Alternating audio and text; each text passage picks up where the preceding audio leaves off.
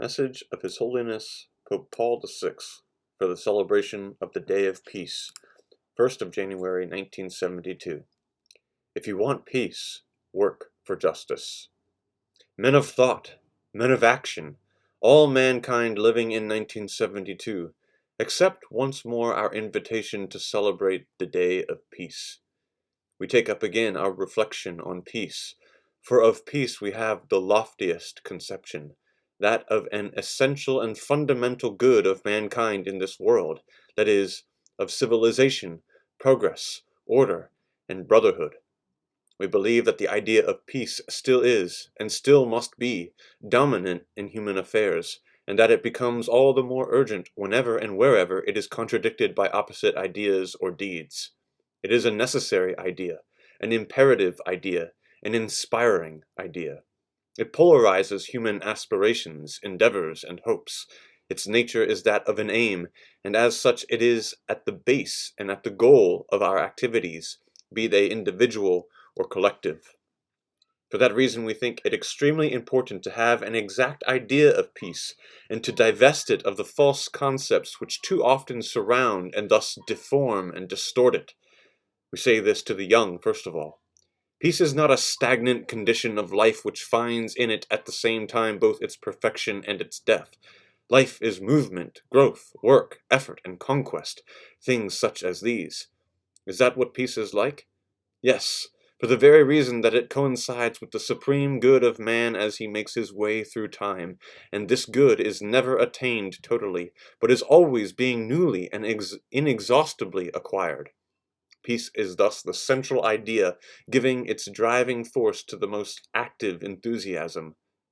But this is not to say that peace coincides with force.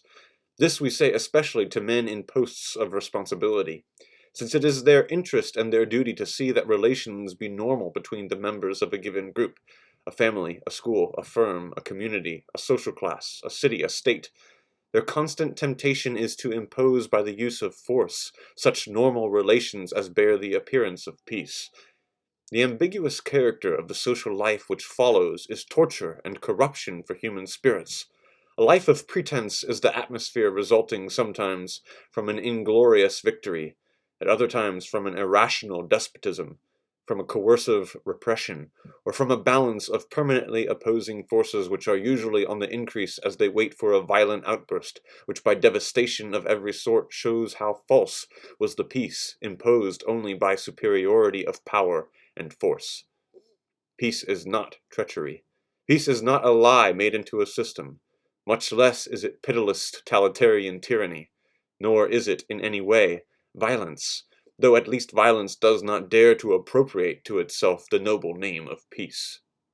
It is difficult, but essential, to form a genuine idea of peace. It is difficult for one who closes his eyes to his innate intuition of it, which tells him that peace is something very human. This is the right way to come to the genuine discovery of peace.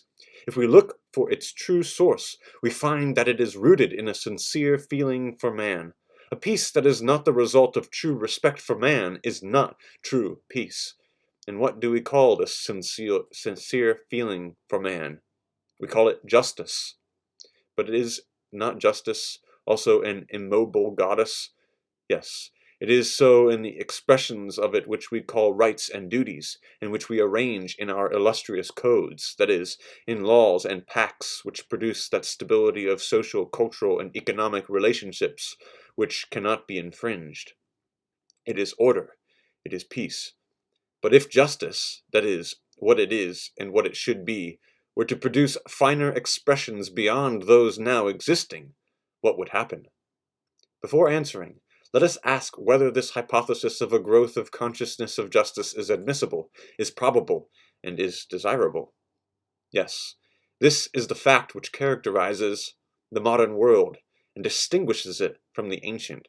Today, consciousness of justice is increasing. No one, we believe, denies this phenomenon. We shall not pause here to analyze it, but we all know that today, because of the spread of culture, man, every man, has a new awareness of himself. Every man today knows he is a person, and he feels he is a person, that is, an inviolable being, equal to others, free and responsible. Let us use this term, a sacred being, since a different and better perception, that is, one which is fuller and more demanding of the inward and outward flow of his personality, in other words, of his twofold moral movements of rights and duties, fills the consciousness of man. It is a dynamic justice, and no longer a static justice that is born of this heart. This is not simply an individual phenomenon, nor one reserved for select and restricted groups. It is now a collective and universal phenomenon. The developing countries shout it out with a loud voice. It is the voice of peoples, the voice of mankind. It demands a new expression of justice, a new foundation for peace. Convinced as we all are of this irrepressible cry, why do we waste time in giving peace any other foundation than justice? As has been stressed by the recent assembly of the Synod of Bishops, does there not still remain the task of establishing greater justice, both within national communities and on the international level? Is it just, for example, that there should be entire populations which are not granted free and normal expression of that most jealously guarded right of the human spirit, the religious right?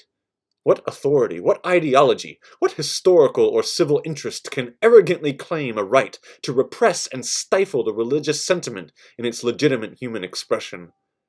We are not speaking of a superstitious, fanatical, or orderly expression. And what name shall we give to a peace which claims a right to impose itself by trampling on this primary justice? And where other unquestionable forms of justice have been injured or crushed, be they national, social, cultural, or economic, could we be sure that the peace resulting from such a tyrannical process is true peace? That it is a stable peace? Or even if it be stable, that it is a just and human peace?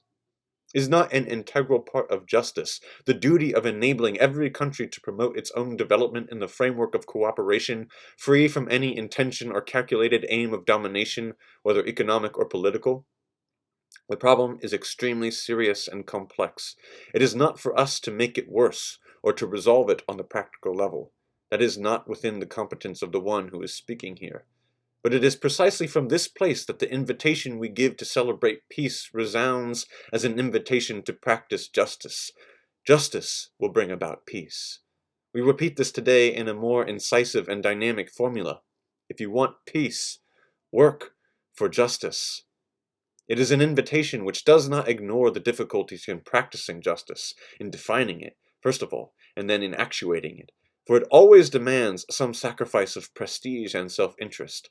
Perhaps more greatness of soul is needed for yielding to the ways of justice and peace than for fighting for and imposing on an adversary one's rights, whether true or alleged. We have such trust in the power of the associated ideals of justice and peace to generate in modern man the moral energy to actuate them, that we are confident of their gradual victory. Indeed, we are even more confident that on his own, modern man has an understanding of the ways of peace, sufficient to enable him to become a promoter of that justice which opens those ways and sets people traveling them with courageous and prophetic hope.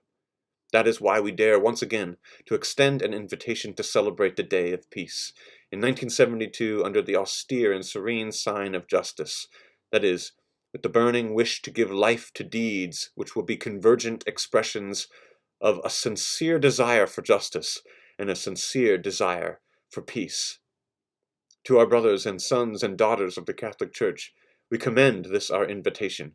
It is necessary to bring the men of today a message of hope, through a brotherhood which is truly lived, and through an honest and persevering effort for greater, true justice. Our invitation is logically connected with the message which the recent Synod of Bishops gave on justice in the world, and it is strengthened by the certainty that it is He, Christ, who is our peace. From the Vatican, 8th of December, 1971.